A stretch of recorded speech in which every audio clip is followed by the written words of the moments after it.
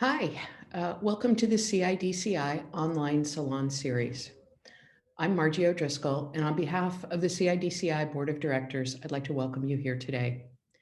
CIDCI's mission is to accelerate innovation, disruption, and change to improve the built environment. We create networks that share knowledge, experience, and ideas through productive dialogue. CIDCI is a not-for-profit organization that relies on your financial support to provide these programs. Thank you to our sponsors who make all of this possible. It's been another week of turmoil here in the United States as we witness mass shootings in both Atlanta and Boulder.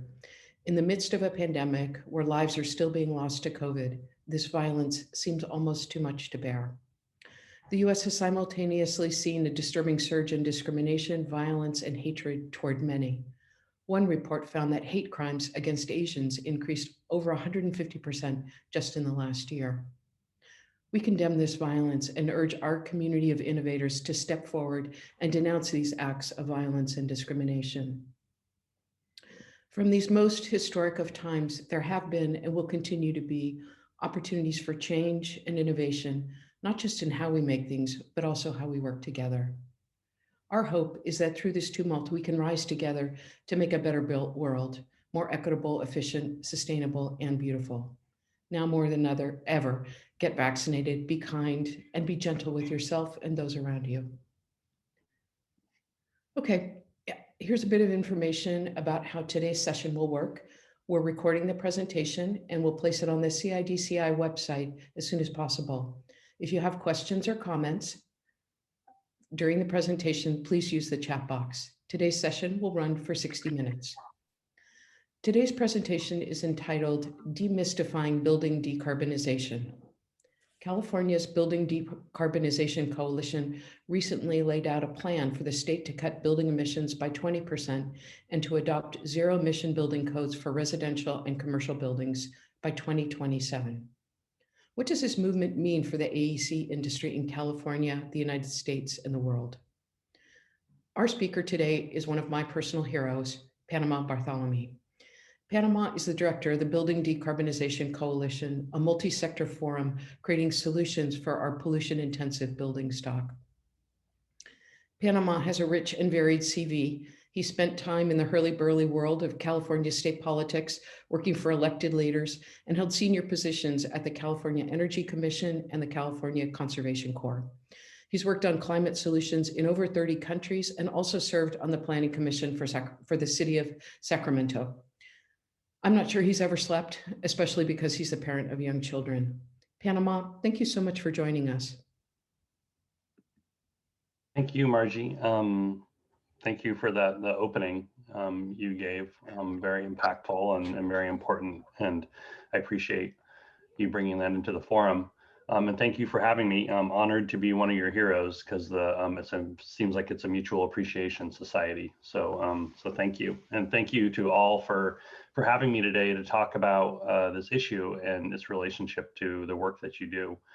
8 o'clock is not my usual time for giving presentations. As Margie said, I'm the father of 2 young children, and so at this point, I'm just about getting over my anger and resentment in the morning and getting ready for work. But thank you. I'm going to start my presentation, and I'll tell you about what we're going to do for the next little bit of time together. So please let me know if you can't see this, but what I've been asked to do is to talk about building electrification, sometimes called building decarbonization, why it's happening and what is happening. I'm going to be going over the why, and I'm going to be telling you the why, not to convince you that you should agree with any of the reasons why, but the why that I'm going to tell you is so that you can understand why policymakers are moving in this direction. It can be helpful as you deal with regulations in any industry to understand the root causes of where the regulations are coming from, and therefore perhaps ways around which you can comply with them or even really thrive with them. So I'll talk a little bit about the why they're happening, and then spend most of the time on what it is and what is happening in the regulatory sphere. It'll be a pretty heavy California focus, but I'm also going to touch on what's going on in New York and then other states and cities across the United States and a little bit of Europe as well. And then we should finish it up with time for questions and answers.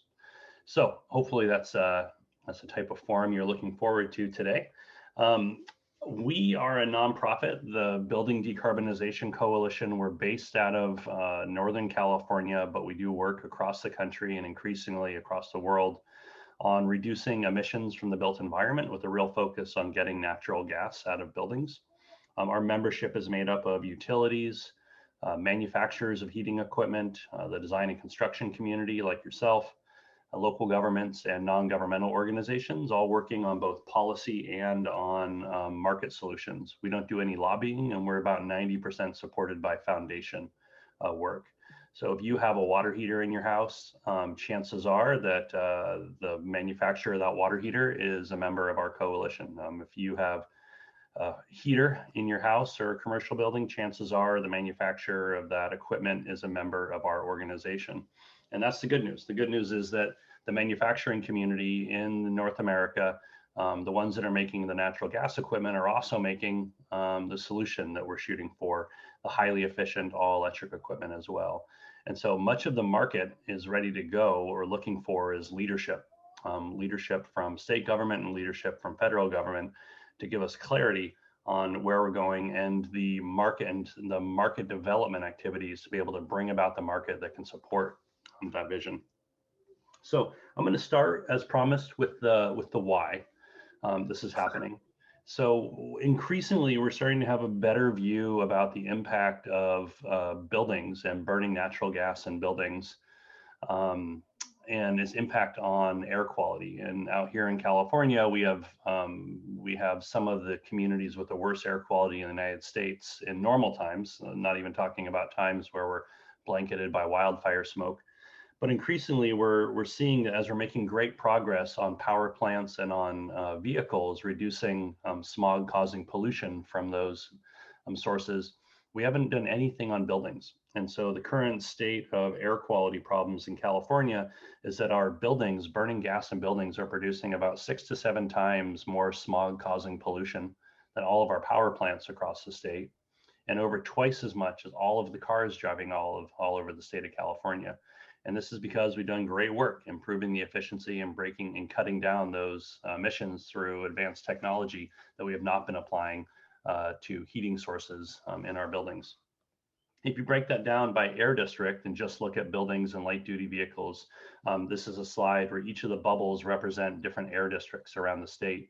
The last two, the kind of, I would say, purplish and turquoise are the South Coast and the Bay Area air quality management districts. And you can see in those, indeed, buildings are producing significantly more pollution, smog causing pollution, than all of the cars driving around those two car intensive communities.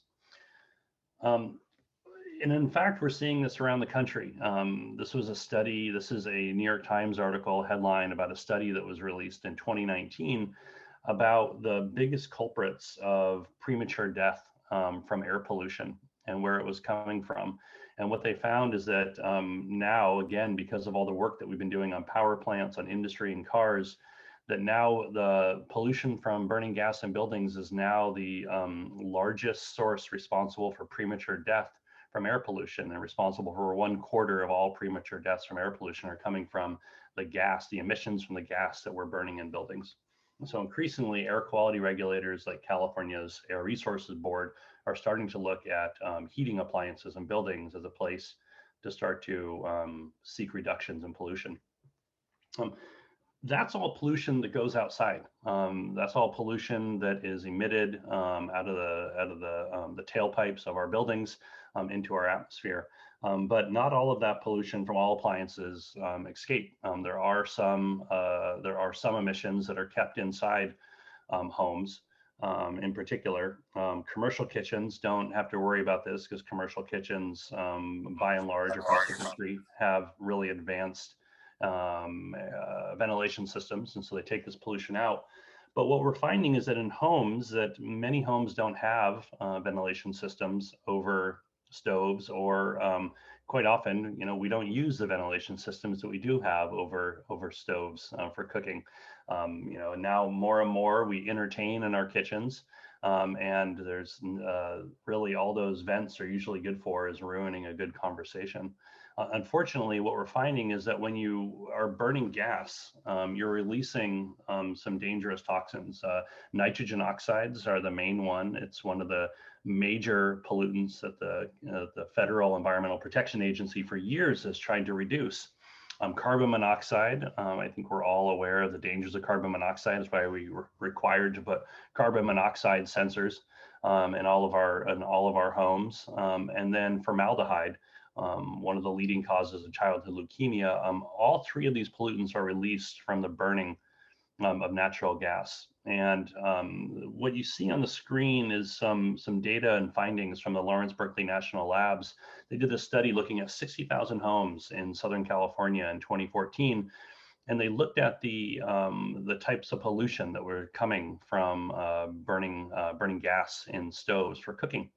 And what they found is in about half of those homes, that within 2 minutes of the stoves being on, the 1 hour allowable limit of federal air regulations were being reached by these pollutants, meaning that within 2 minutes, the legal limit, the 1 hour legal limit, was being exceeded for nitrogen oxides and carbon monoxide. The authors of the article said if we were finding these sorts of limits outside, we would be able to go back to the source and have regulatory proceedings against them to try to reduce it. But because it's in people's kitchens, there's really nothing that we can do about it. This problem is particularly bad in households of older households and households that have smaller spaces, so it's less easy to disperse the pollutants. And that's where we generally find lower income members of our community in older housing without ventilation or in very small spaces. We're also just coming up against math as well. The simple reality is that it costs more money to put in 2 types of energy infrastructure than if you only put in 1 type of energy infrastructure. These are numbers for housing, but of course it's even more so for commercial buildings and large mid to high rise residential buildings, that it just costs more money to do something twice than to do something once. The National Association of Home Builders puts out a report every year that talks about the impact of every $1,000 of increased costs that we put on housing across the major metropolitan areas of the United States, and how that $1,000, how many families that prices out of the ability to be able to afford an average home within that jurisdiction. This could be through additional $1,000 due to permit fees or local regulations, et cetera. What you have up on the screen are average costs that we get from filings of the Public Utilities Commission or some of our members about the cost of bringing gas to an average home, plumbing that gas around the home, and then the venting system to get those pollutants out and into the atmosphere as quickly as possible. So if you just take the National Association of Home Builders numbers that say for every $1,000 that we add to the price of an average home in the United States, about 158,000 average families are priced out of being able to afford that home. And so if you look at the price of putting in gas infrastructure to a home, say it's the low end of all those numbers I had on the screen, say it's $7,000 is the infrastructure price of putting gas into the home. That's about 1 million families that are being priced out because of our choice to put natural gas into that home, according to the National Association of Home Builders. Now, of course, we're already putting electricity into that home. So really, it's a matter of how many energy sources do we want to put into that home and the impact of that on areas that are already having a housing crisis. And lastly, regulators are starting to look more at the climate change impacts of burning gas in buildings. Natural gas has been an amazing marketing tool, an amazing marketing campaign to call something natural gas. At the time, probably people weren't using the term organic in the same way, or they might have called it organic gas or something like that. But really what it is methane. Natural gas is methane. And it's extracted all over the United States. We're becoming a major exporter of natural gas now. And the whole value chain we're finding is incredibly leaky. And this is dangerous because methane is a super pollutant when it comes to greenhouse gas emissions. It is 84 times more effective than CO2 about capturing heat in our atmosphere. And therefore, it's a much more significant greenhouse gas than carbon dioxide, particularly in the near term because of its short life. And what we're finding is that the extraction process, storage, and transmission process of natural gas is so leaky, in particular, the hydraulic fracturing to get natural gas. It's so leaky that much of any climate benefit that we're getting from natural gas, say compared to coal, is being lost because of the leaking of this methane into the atmosphere. We're also seeing that in many areas, many of the metropolitan areas of the United States, we have an incredibly old natural gas distribution system. And so the darker states here on the screen show how much of the natural gas distribution system was built before 1970. So the darker the state, the higher percentage of the overall distribution system was built before 1970, and therefore nearing the end of its useful life and coming up on replacement. And so if you look at the buildings that you are all building and the projects you're all undertaking, the last two slides show significant amount of leakage before the gas even gets to the buildings that you're building and putting up in communities around the country and in these states. These are all things that are generally out of your control, but are part of the overall footprint of the projects that you're bringing into the world and the choices you're making to include gas or not. And then in the buildings themselves, this is a study that came out in 2019 from the University of Michigan looking at leakage of gas in buildings. So this is leakage before the gas is even burned in a boiler, in an HVAC system, in a stove. This is leaking, and what this study found in 2019 is that perhaps the buildings are leaking in our major metropolitan areas at a higher rate than even the extraction of the natural gas. And so all along the supply chain of natural gas, we're having an incredibly leaky system that you are hooking your new buildings up to. And we are increasing the demand on that system for every new gas-powered building that we put onto it. And now what we're finding is that with all of our work on getting rid of coal plants and all of our work on reducing emissions from vehicles, that now natural gas, the emissions of natural gas are now the fastest growing climate pollutant in the world. And so for all of these reasons, this is why increasingly regulators are looking at natural gas as a key area to try to start to phase out. So that was the why. That was a bit of time on some of the bad aspects of natural gas and why regulators are increasingly looking to get rid of it, to wind down the use of gas appliances and to get rid of it.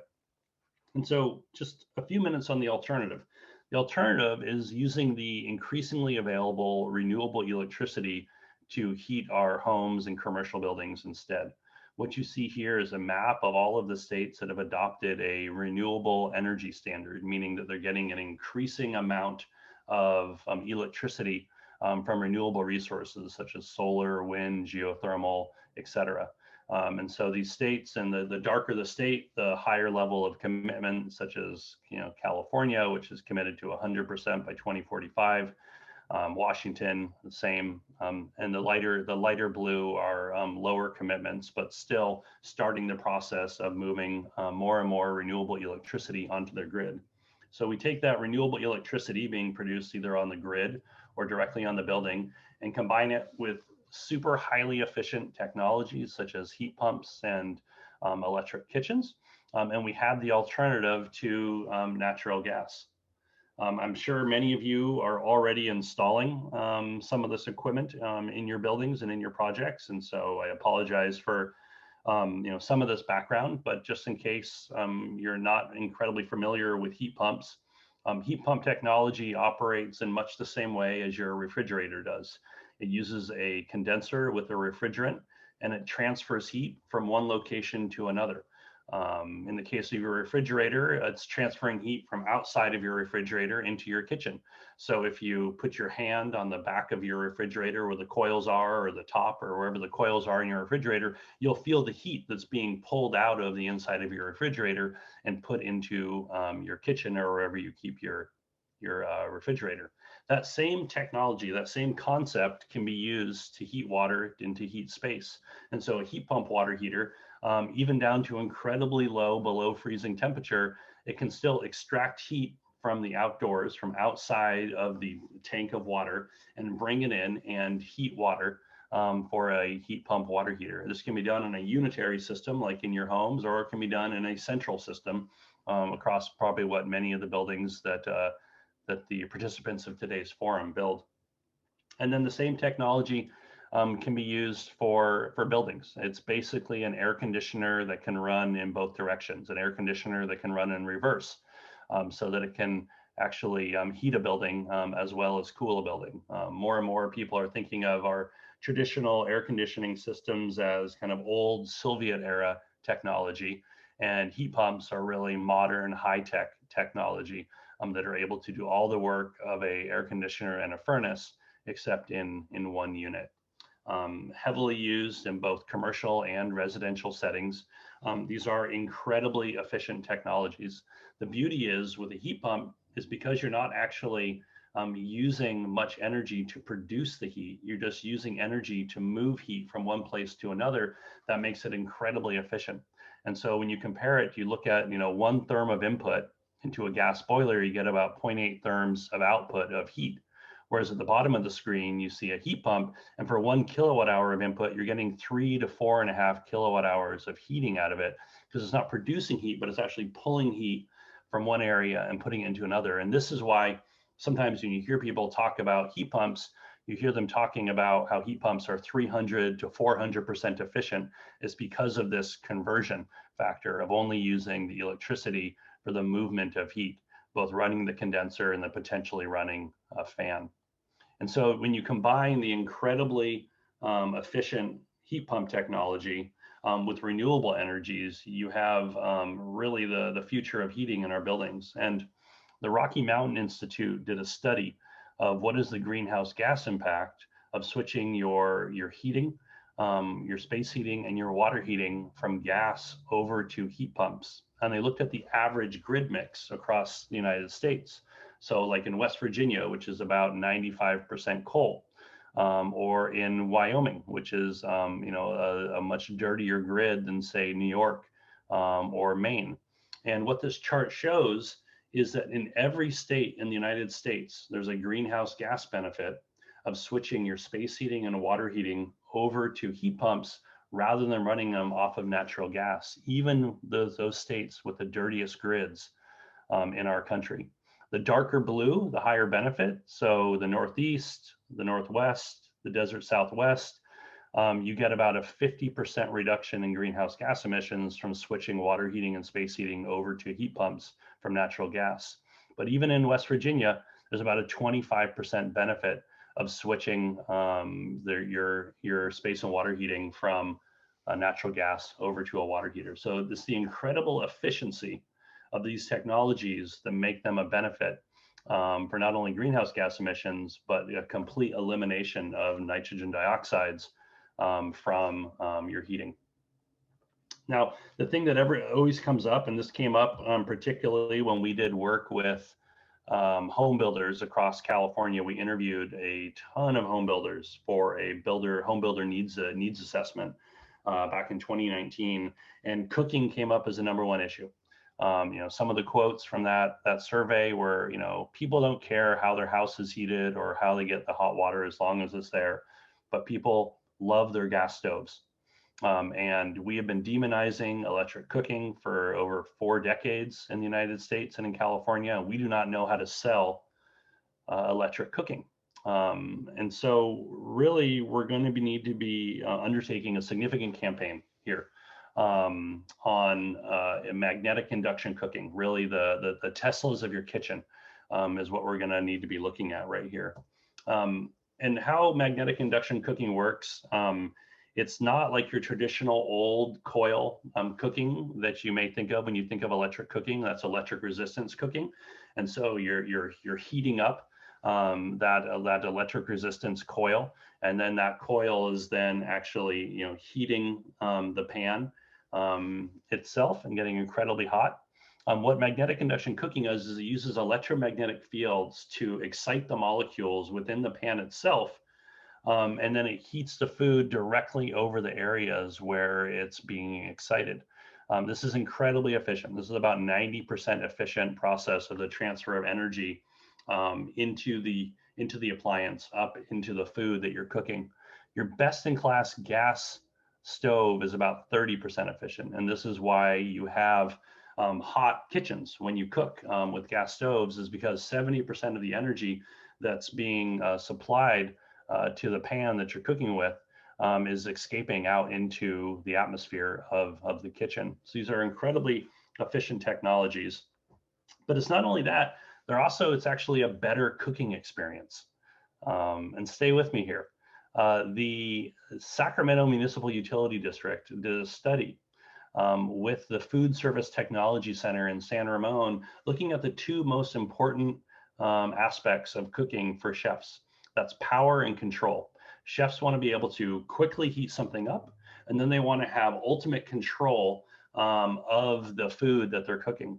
And so this is a chart that compares 3 gas stoves, 2 electric resistant stoves, it compares 3 induction stoves, 2 electric resistant stoves, and a gas stove. The 3 induction stoves are represented by the red lines on the screen. The 2 electric resistant stoves are represented by the green lines, and the 1 gas stove is represented by the blue lines here in this chart. What this chart shows is the temperature of 12 pounds of water, about enough water to cook pasta for children after a soccer practice, and how long it takes that water to boil on these different stoves, and then how long it takes it to get it back below boiling point, boiling temperature. And so you can see that 200 degrees Fahrenheit is the dotted line across the chart that shows the boiling point of water. And you can see that the three induction stoves in red very quickly got 12 pounds of water to boiling point, anywhere from about 9 minutes to about 11 minutes to get that water up to boiling. You can see it took the electric resistant stoves anywhere from 15 to 17 minutes, and the gas stove about 18 minutes. And this is a top of the line pro gas stove, about 18 minutes to get that up to boiling, running at full strength. And then you can see that the control of an induction stove is so amazing that you can quickly get that back down to below boiling point. With electric resistance, you have a large overshoot. And overshoot is the term you use in the industry to look at how long it takes the latent heat within either electric resistance or within the grill of gas stoves, how long those surfaces, it takes those surfaces to allow the food that you're cooking to get back down to the temperature that you want it to get at. And you can see from this chart that induction cooking is about 3 times more powerful than your best-in-class electric resistance or gas stoves, and has about twice the control of those as well. So magnetic induction cooking isn't only healthier because it doesn't have any pollution coming off of it, but it's also actually a better cooking experience for the 2 things that both professional and home chefs care most about, which is power and control. And so this is why Consumer Reports loves induction cooking. They released their top ranges for 2020. 6 of the top 8 were electric. The top 2 were induction, and 5 of the top 8 were induction as well. They love them not only for the power and the control, but also the durability, the ease of cleaning. I don't know how many of you have pulled food out of your gas grill, your grass tines on the top of your stove, but the ability to just spray and wipe on the gas surface of an induction stove is fantastic. Consumer Reports loves induction cooking and highly recommends them. And increasingly, we're seeing them in commercial kitchens, such as the French Laundry's major renovation up in Yountville, California in the top left, Cafe Facelli in the top right, which is represented the United States in the French baking competition in the last 5 years. Great British Bake Off in the bottom left, Wolfgang Puck, Guy Ferrari, etc. All big fans of induction cooking for that power and control that I talked about.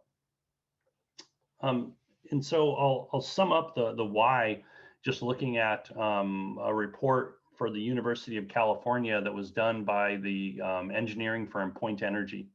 And what they looked at is they looked at 3 different building types: academic buildings, which is basically an office building, residential buildings, in particular, we're looking at multifamily towers here, and then laboratory buildings.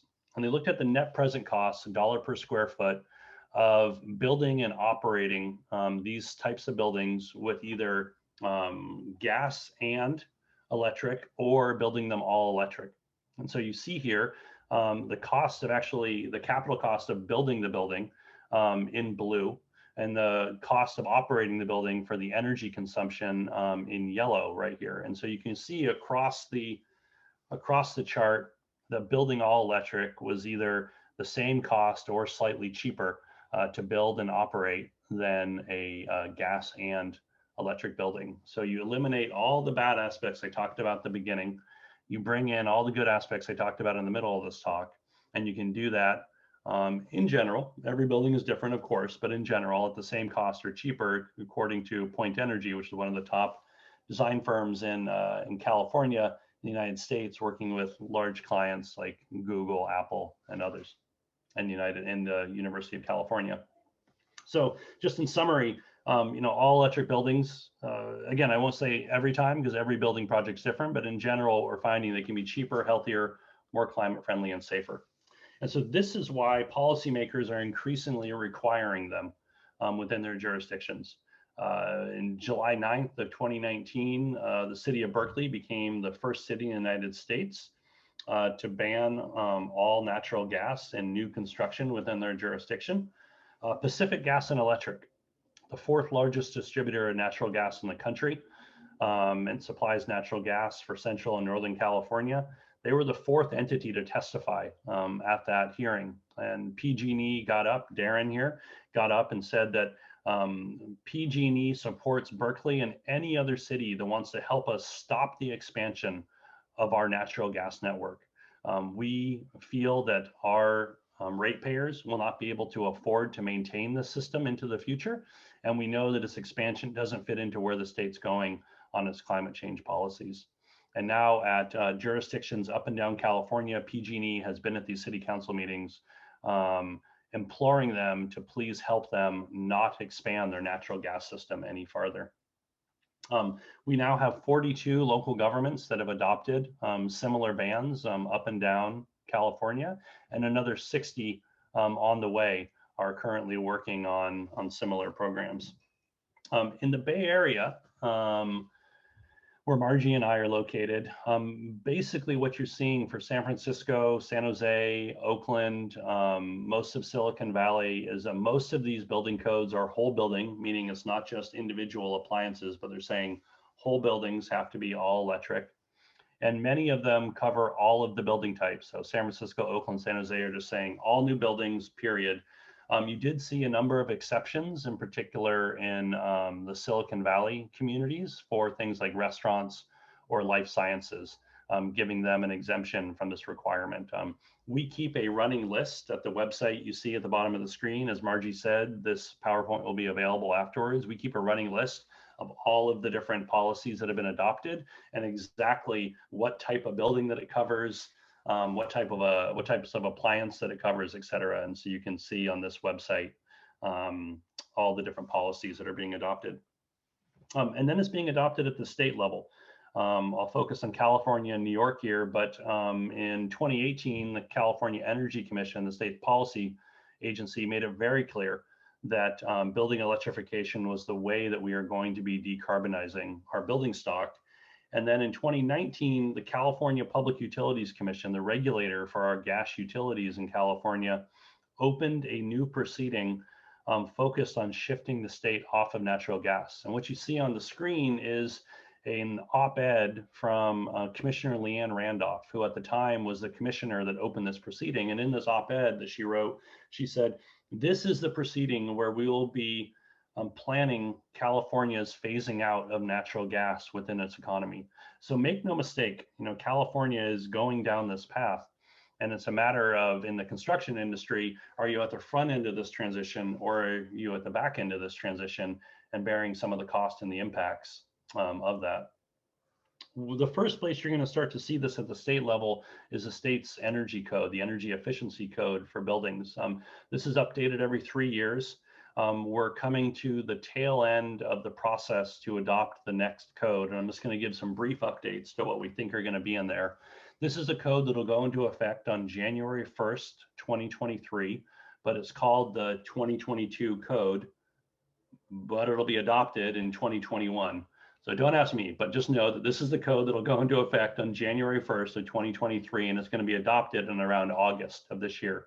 So just some brief updates on what it is. And I know that many of you probably don't work on single family residential, but just to give you an idea, because single family residential, low-rise residential is kind of the tip of the spear on this, but I will also cover multifamily and non-residential as well in the next few slides.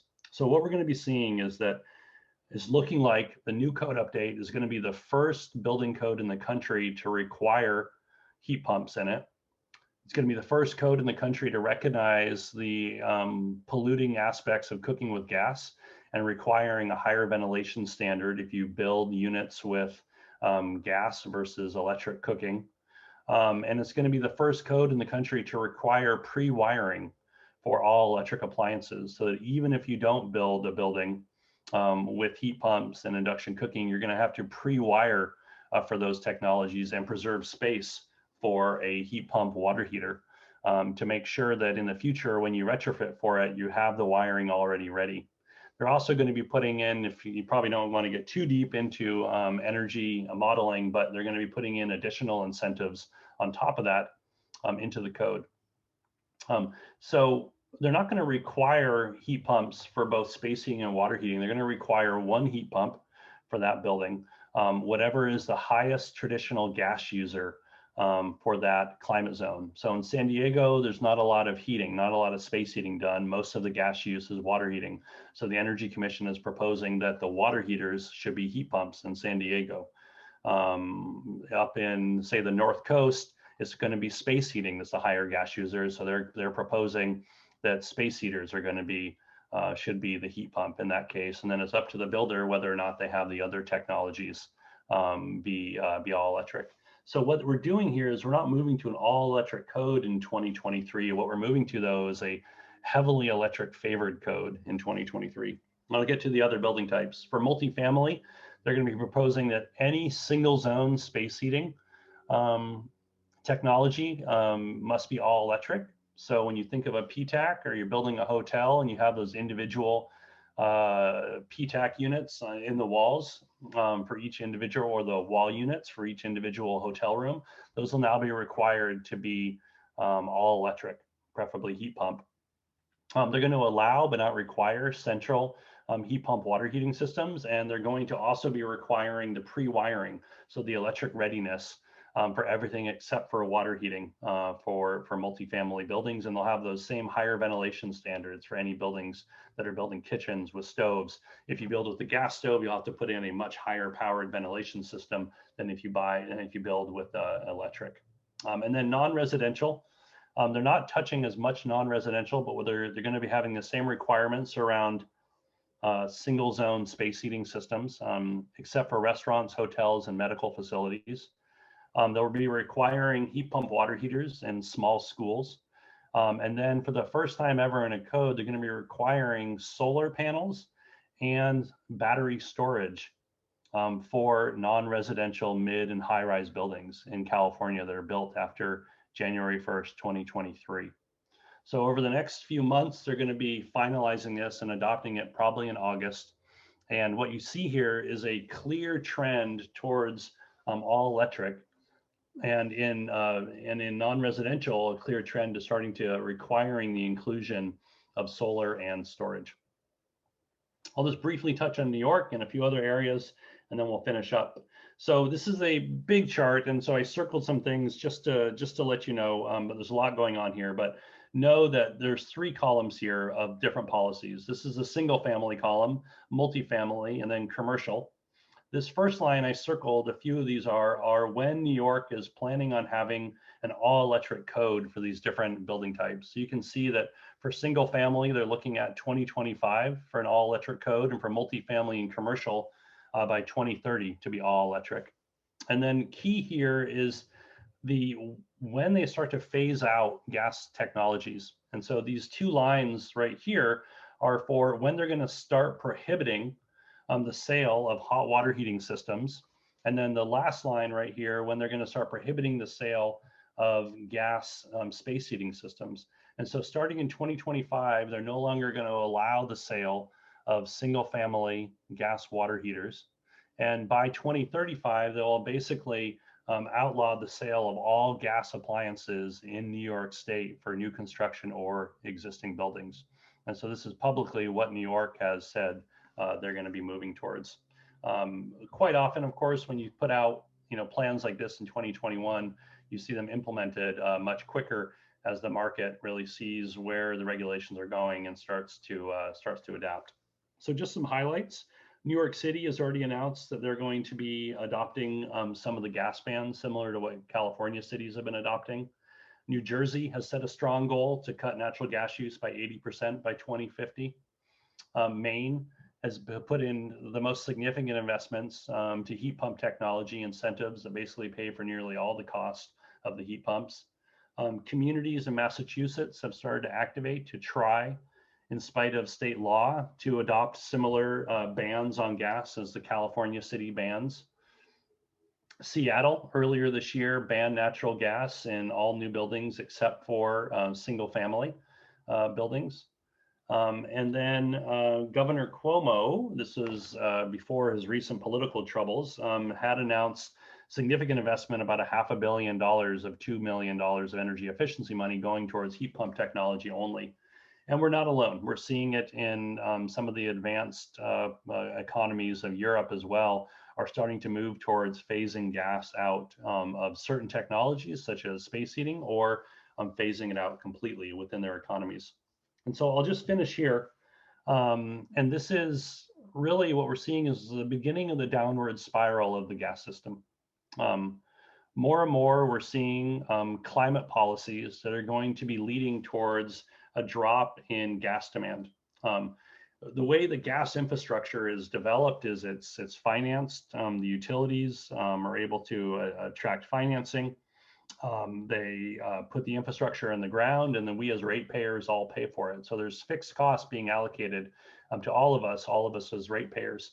As there's less and less demand, and as more and more buildings electrify, that's going to mean that there's fewer customers to pay for those fixed costs. And that leads to, of course, higher gas rates because fewer people paying those fixed costs. As we're starting to deal with some of the aging gas infrastructure, to avoid explosions like the San Bruno issue and increase safety regulations, that'll also lead to additional higher gas rates that we're already seeing right now before electrification is even really taking hold. Those higher gas rates then make electrification even more economically attractive, and more people will choose to make the choice to get off of the gas system and onto the electricity system, which then leads to further gas demand falling, which leads to increased cost. And so you can start to begin to see the downward spiral of the gas system. And the question is where are the buildings that you're all building and own and operate in this cycle? Are you at the front end of this and working with clients to see where this is going, and having buildings that avoid getting onto this natural gas system and having to pay for expensive renovations of heating systems into the future as gas gets increasingly more and more expensive and unattractive to have in your buildings?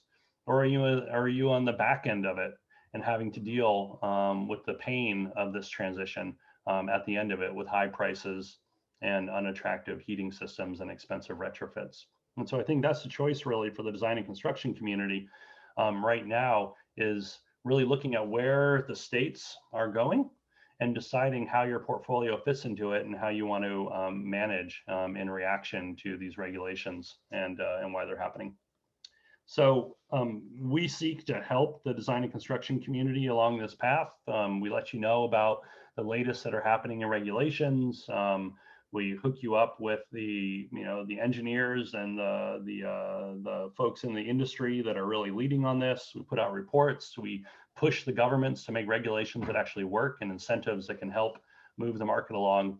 So happy to have you join us. We have a bi-monthly webinar series where we bring in the leading thinkers and manufacturers on this to go over the products and the practices.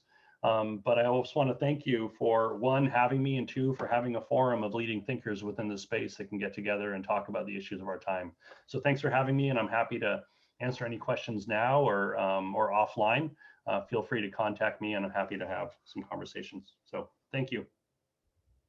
Thank you so much, Panama. You've taken a lot of dense information and made it so understandable. I remember seeing a presentation you gave about a year ago, and by the end of it, I wanted to stand up and say, how can I join the fight? I don't have the technical knowledge to make this happen. So I think that you've inspired everyone on this call. And just to let you know, this webinar is recorded. It'll be on the CIDCI website. So if you've got colleagues, for all of you who should see this, please feel free to direct them to the CIDCI website. It'll be up in a couple of days. I wanted to ask a question, and it's framed of how you shift an existing building stock. Those of us who live in, say, San Francisco, we don't have that much comparative new construction happening here of buildings or of residential buildings.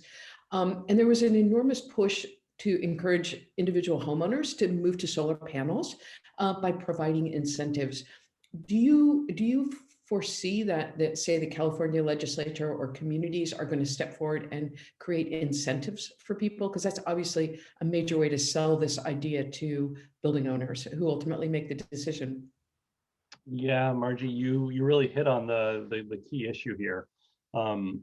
It's the transition of existing buildings. And in California, just to give you a rundown, 60% of the gas that's used in buildings in California are used in the residential sector, and the other about 35%, the other 40% used in the commercial sector. And so the residential sector is a big area of focus here for regulators. And the big challenge is really infrastructure. It's not that the technology is not available. We have heat pumps and induction stoves and gas and electric dryers for basically all the different end uses we're trying to electrify. The challenge is infrastructure. Is that in particular along the coast, many residential units or homes didn't have air conditioning and therefore have undersized electrical panels, or may lack the wiring, may lack a whole bunch of 220-volt wiring running around their homes. And so 90% of water heaters and furnaces are replaced on failure. And so it's an emergency. And in an emergency, you don't quite often have the time to have an electrician come out, upgrade your electrical panel, run a 220 line, have PG&E come out, make sure it's safe to unhook and then rehook back up. It took me 5 weeks to get my panel upgraded, and nobody's waiting 5 weeks to get their hot water back. And so the most significant issue we're facing right now is how are policymakers going to deal with this issue of water heaters, of electrical panels. And what I think it's going to be is going to be something similar to how we dealt with smart meters and large scale deployment of smart meters, so that your panel is upgraded before your water heater breaks, before your furnace breaks, so it's ready. The state is rolling out over the next 9 months about $400 million in incentives for heat pump technology. It's just going to be the first phase. You mentioned the California Solar Initiative, Margie. We invested about $3 billion into that program. And so what I think we're going to be seeing is once the governor is clear about the direction he wants to go here, that we're going to see investment of that scale into this technology. And so we'll be seeing something like the California Clean Heat Initiative or the California Clean Water Heating Initiative, and at that scale to be able to help people, because at the speed with which we're trying to meet our climate targets, without investment like that, we're not going to be able to make it. So part of this proceeding that the Public Utilities Commission has opened is going to be considering what types of incentives like that do we need in order to make this transition off of gas. Thank you. Um, We have many questions in the chat box, so I'm just going to pull randomly. So for those of you whose questions I don't get to, feel free to reach out directly to Panama or to his colleagues at the Building Decarbonization Organization. Okay, here's a question from Cheney Chen. If leaking is a big concern embedded in the natural gas supply infrastructure, it will only be stopped when natural gas is totally phased out as an energy source. It means the leaking factor will always be there, no matter gas use in a city is 1% or 100%. The time projection of when 0% of gas use as an energy source is achievable, or is this actually mission impossible? If so, is it important? yeah, it's a great question. And you're totally right, Jamie, that the system can be prone to leaks as long as it's there. And the reality is we're going to need to be gold plating our gas infrastructure system up until the point that we turn it off. And right now we're having spiking gas rates in California due to new safety regulations to deal with the dangers of leaks. So we're likely going to be the most likely situation that PG&E wants to see is PG&E wants to see the clipping of whole branches of the gas distribution system. Their nightmare is that we electrify just space heating and water heating, and that they're having to run a natural gas system just so people can cook with gas. An executive told me, it's like our nightmare is that, and then we're having to charge everybody $180 a month just for the benefit of cooking with gas and having to maintain a system to do that, or really electrifying a whole neighborhood, but two people holding out in one cul-de-sac, and them then having to maintain that whole gas line all the way out to that neighborhood just because of those two people. And so what they're looking at is they're looking at clipping whole branches off of the system. But likely we're going to be living with some form of gas distribution well into 2045, 2050, as we're able to transition completely off of it. Do I recall you once telling me that there is no natural gas produced in California? It's almost all carried on distribution lines from other states to the east of us. Is that correct? Yeah, we produce about 15% of the natural gas that we use here in California, and so we get a significant amount from Texas, the Midwest, and Canada comes in. So we're not a heavy natural gas producer. We produce a good chunk of oil in the state, but we do not produce a lot of natural gas. Only about 15% of our demand. So that gas line is running from Texas all the way here. And so, what's the impact to all the states that it's being distributed through? Okay, let me get another question here. What are responses and solutions to issues raised by naysayers about our utility grids and energy generation not being robust enough to make a switch to all electric buildings? For example, thinking about the rolling blackouts during heat waves in California this summer. Yeah. So there's both a short-term and a long-term answer to that. So ultimately, we need a functioning electric grid to have a functioning economy in California. It's and we need to demand that of our political leaders. I mean, the reality is that you're not running your buildings, you're not running your house without electricity. And so the bad news is that you're no more resilient with gas appliances. Every modern gas appliance uses the electricity to function. That's either to run the fan for your furnace or to ignite your furnace or your gas water heater. Your on-demand gas water heater does not run without electricity. You can manually start your gas stove in case of a blackout, but you won't be able to run the fans or the vent over that gas stove. And so you're going to be running a small scale generator inside your house. And in those times of heat waves or wildfires, generally, we're not wanting to open our windows here in California. So fundamentally, you're no more resilient with gas appliances than you are with electric appliances, because modern gas appliances are electric appliances. And so we need to be demanding of our politicians the investments into our electrical grid to bring it to a point of stability, because we need it to function. It's very simple. Now, the reason that we're having these extreme heat waves, the reason that we're having hurricane force winds onshore in our hills that are then taking down aging electricity infrastructure is due to climate change. Record drought followed by record rain, followed by literally hurricane force winds in the hills. I live up in Sonoma County, and one in Petaluma, and so we take in the fire refugees every year into our city. So we see it first and foremost within our streets, is because of climate change. And so we're getting climate change because we're burning fossil fuels such as natural gas in our buildings and oil in our cars, et cetera. So the way that we start to deal with the causes of our blackouts and the causes of our of these wildfires is to start to get off of natural gas, not continue to build buildings that rely on the very substance that are causing these blackouts in the first place. I have a question about behavioral change. When you talk about the issue of gas stoves to people, it's sort of like something that people hold so sacred in cooking. My sister's a chef, for example. And so when I mentioned to her that we're planning to get rid of our beautiful gas stove, she was horrified.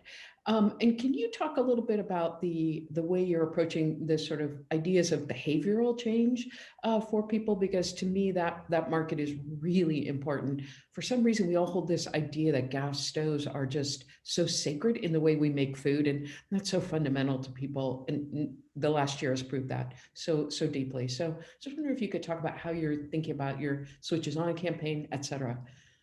Yeah, absolutely, Margie. And you see it, the gas companies like Southern California Gas Company, they recognize exactly what you're saying. And so all of their advertisements are about cooking because they know that that's the one hook they have into the American psyche as it relates to gas is cooking. As the builders told us, nobody cares where you get your hot water from or how you heat your space. It's the cooking that is the crux of the issue. And so the way that we're trying to address this is we're putting together a large scale campaign with manufacturers, with cooking manufacturers that are going to be talking about the benefits of all electric cooking and some of the dangers of gas cooking, of cooking with gas. Not only the emissions, but also just simply fires and burns, far lower frequency with magnetic induction. Because of the way the technology works and the way the gas technology works and heats up the surfaces so much to such a higher degree. So it's going to be a very long process with cooking because we've been embedding the electric cooking as bad in people for a very long time. But the good news is that the technology is better. And when people use it, they're amazed. And so we're working on a video that shows people's reactions after using induction cooking, and it's literally always the same. They say, "Oh my God, I had no idea." And so we're just going to do a whole montage of clips of people going, "Oh my God, oh my God, oh my God," just amazed at using it because it is just a better cooking experience, and people are blown away when they actually work with it and use it within their homes and within their commercial settings. So we're hoping that the inherent benefit of it is going to be bringing more and more people. Word of mouth will take off, and we'll be running a big campaign with Food Media and Food Network and HGTV, working with realtors, et cetera, to start to try to change some of the hearts and minds around cooking. It'll be a tough slog, though. You're right, Margie. So we've come to the end of our time together. This has been one of the fastest hours I've ever had, even though I'm really familiar with the concepts that you've put forward. So I can't thank you enough, Panama. I encourage everybody with many questions that didn't get answered, please check out the work that Panama and his team are doing at the Building Decarbonization Network. It's really transforming us and creating a better and healthier world for everyone. Thank you so much. This will conclude CIDCI's online salon. As I said, we're recording this. Check it out on the website. Be sure to refer your friends to it and your colleagues. To join future webinars, be sure to subscribe to our newsletter on our website, cidci.org. Our next salon is going to be on April 8th. 4 innovative women, Samiha Aragon, Tiet Lee, Rebecca Snelling, and Patricia Tillman, will lead a conversation entitled Innovative Women, How Are Leaders Reshaping the World of Design and Construction? Special thanks to Monica Zwissler for keeping us on track, and a special thanks to Panama. We hope to hear more from you in the days to come. Thanks to all of you. If you have thoughts or questions or comments, please reach out to us via the CIDCI website's Contact Us link. Thanks for joining us.